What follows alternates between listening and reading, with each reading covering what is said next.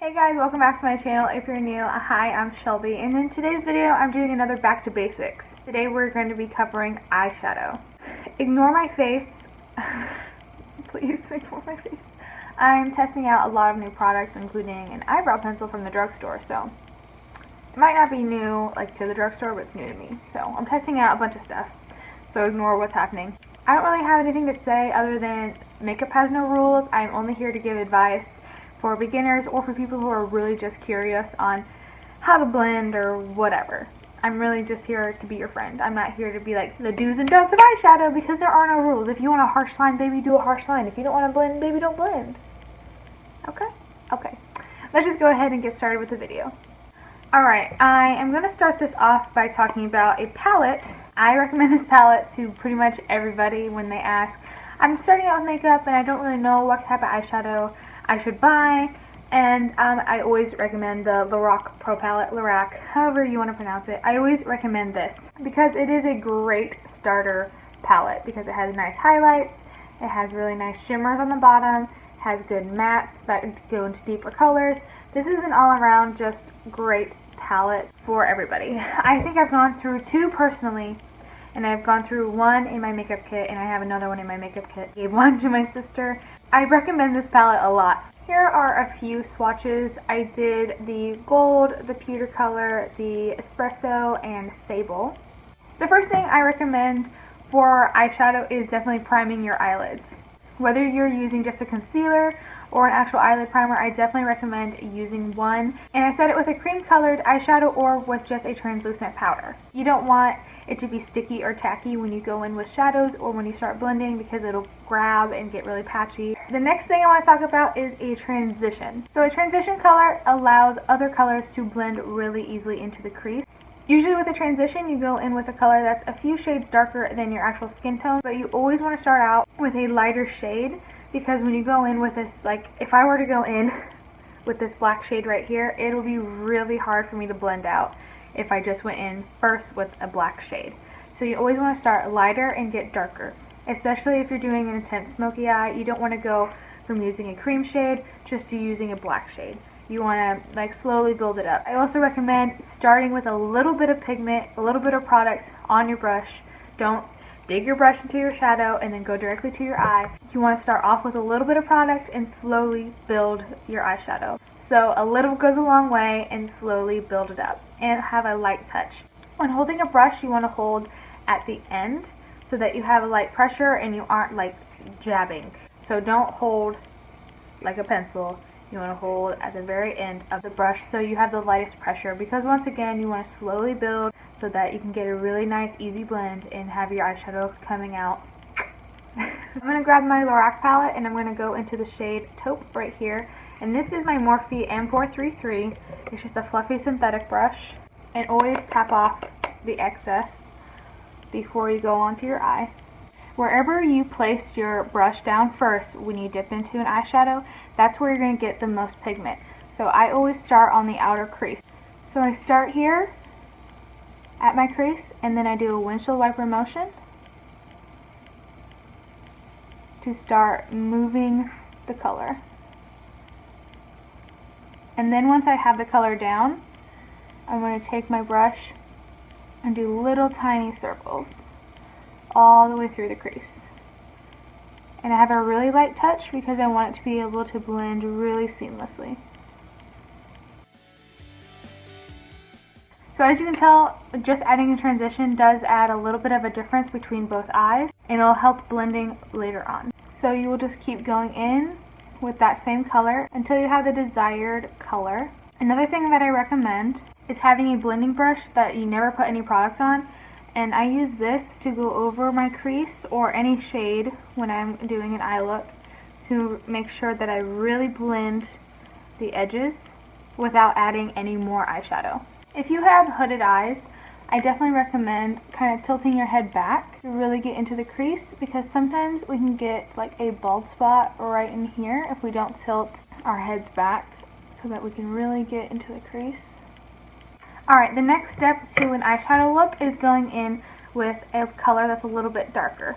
I'm going to try to keep this eye look pretty simple, but I still want it to have a little bit of everything when it comes to doing an eye look. I'm going to grab my Elizabeth Mott blending brush, and I'm going to go into the shade Sable right here, which is just a little bit darker than taupe.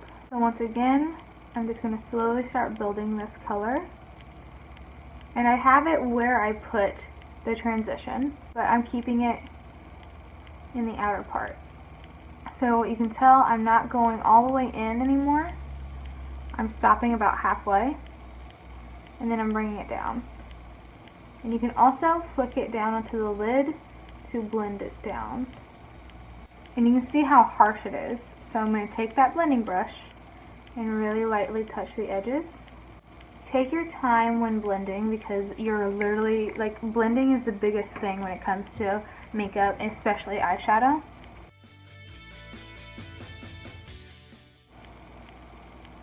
So now you can tell it's really blended, and I'm going to repeat that step on the other side.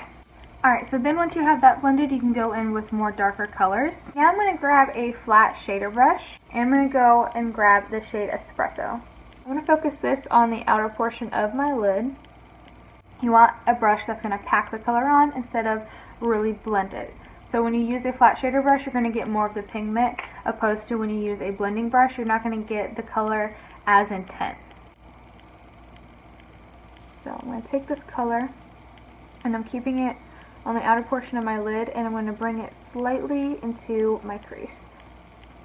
This right here is that gap that I was talking about for hooded eyes. So yeah, I have a gap between my crease and my lid. That's the gap that I'm talking about, that you have like a little bald spot. So you want to make sure that you tuck some color in there.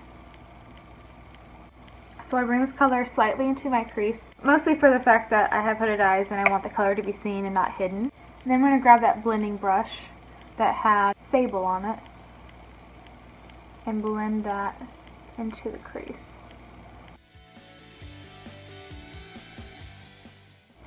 And I'm going to take it and I'm going to blend the edges so that it isn't harsh.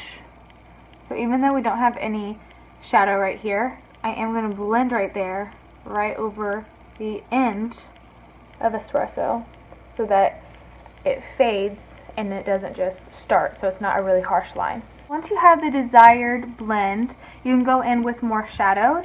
I think I'm going to do like a classic smoky eye, something that I would do on a daily basis. I'm just going to wipe that brush clean, and we're going to go in with a shimmery color.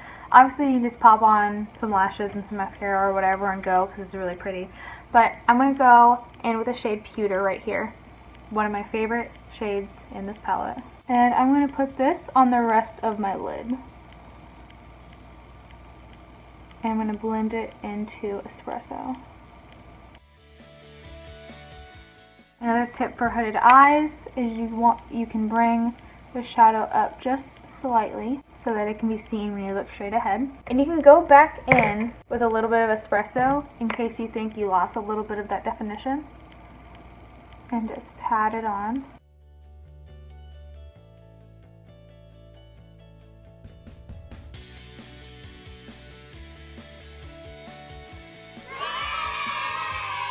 You could stop here if you'd like, and you can move on to the lower lash line, but I am going to add a little bit more onto the lid. I'm going to take my finger into light bronze. I'm doing this to show you what shimmery colors can look like and perform like when you use your finger to apply them. And I'm just going to take light bronze right on the center.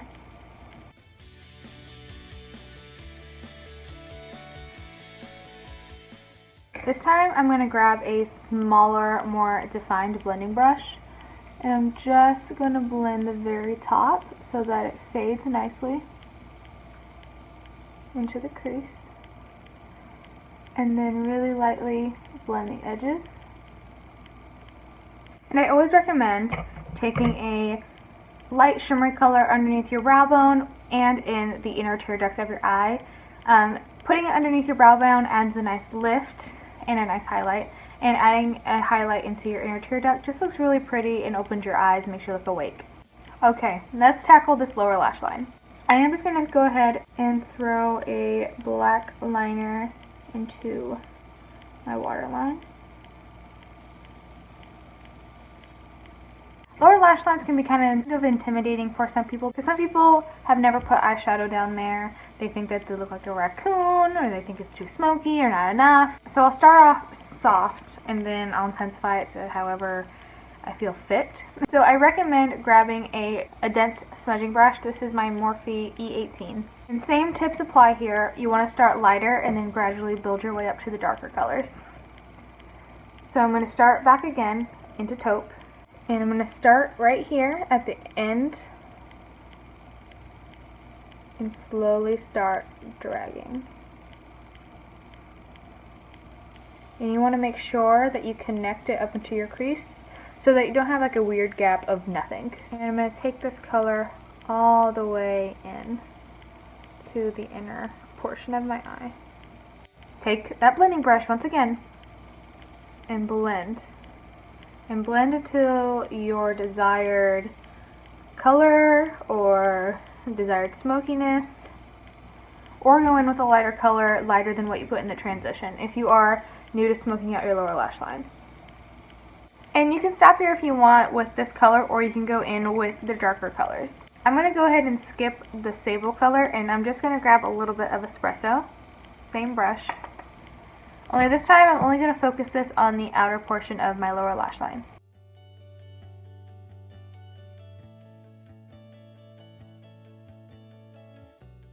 I think I'm done with the eyeshadow. Obviously you can do different colors with this look. You can do pinks and purples and whatever. I was just doing more of a neutral based look, but I'll go ahead and talk a little bit about mascara. I always recommend curling your lashes, whether you have long curly lashes or stick straight short lashes. Then when it comes to mascara, I like to start at the base of my lashes, right here. I do a little zigzag motion and then I pull up. And then I kind of just brush through to get any of the excess off. And I brush it through my lashes. So a little zigzag and then I slowly pull through.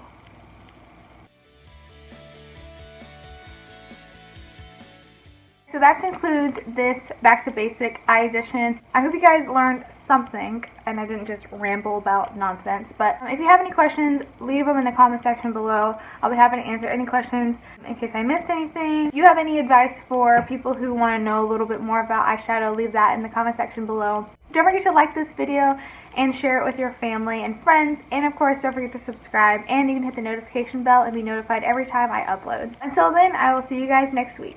Bye.